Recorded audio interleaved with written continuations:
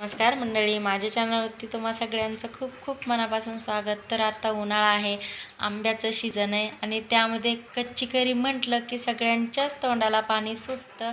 पण नुसती कैरी खाण्यापेक्षा त्याला जरा मीठ मसाला लावून फोडी करून खाल्ल्या की आणखी चव लागते बरं का. तर बघू शकता एवढ्या चवीला छान लागतात ना. तर आता वेळ न घालवता लगेचच सुरुवात करूया. तर इथे मी छान 2 कैऱ्या घेतलेल्या आहेत स्वच्छ धुवून.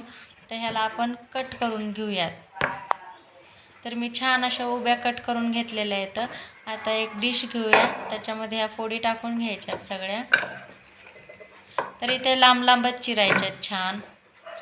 तर आता हे साईडला ठेवूयात. आता इथे खलबत्ता घेतला आहे मी. खलबत्त्यामध्ये छोटी वाटी शेंगदाणे घ्यायचे आणि 5-6 लसणाच्या पाकळ्या घेतल्यात, त्या पण टाकून घ्यायच्या आणि ह्याला छान दरदर कुटून घ्यायचं, जास्त बारीक नाही कुटायचं.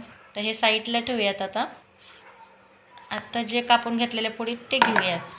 आता ह्याच्यामध्ये चवीपुरतं मीठ टाकून घ्यायचं आहे. मी छोट्या चमच्याने 1 चमचा घेतलेला आहे. त्यानंतर हळद टाकून घ्यायची. हळद पण 1 चमचा घेतलेली आहे. त्यानंतर लाल तिखट तुम्हाला आवडीनुसार तिखटानुसार कमी जास्त करू शकता. इथे मी 1 चमचाच घेतलेला आहे लाल तिखट. त्यानंतर जे आपण शेंगदाणे आणि लसूण कुटला होता ते ह्याच्यामध्ये मिक्स करून घ्यायचं आहे.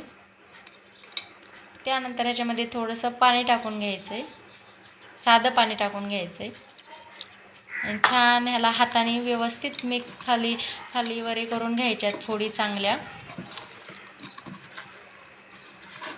तर आपल्याला फोडीला मसाला लागेपर्यंत हलवून घ्यायचं छान. तर बघू शकता सगळ्या फोडीला छान मसाला लागलेला आहे. तर बघू शकता आपल्या फोडी तयार आहेत.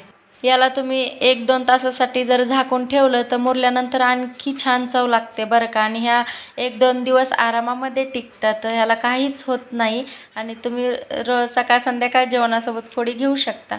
जर आपला व्हिडिओ आवडला तर लाईक शेअर करायला विसरू नका आणि जर नवीन असताल तर सबस्क्राईब करायला विसरू नका.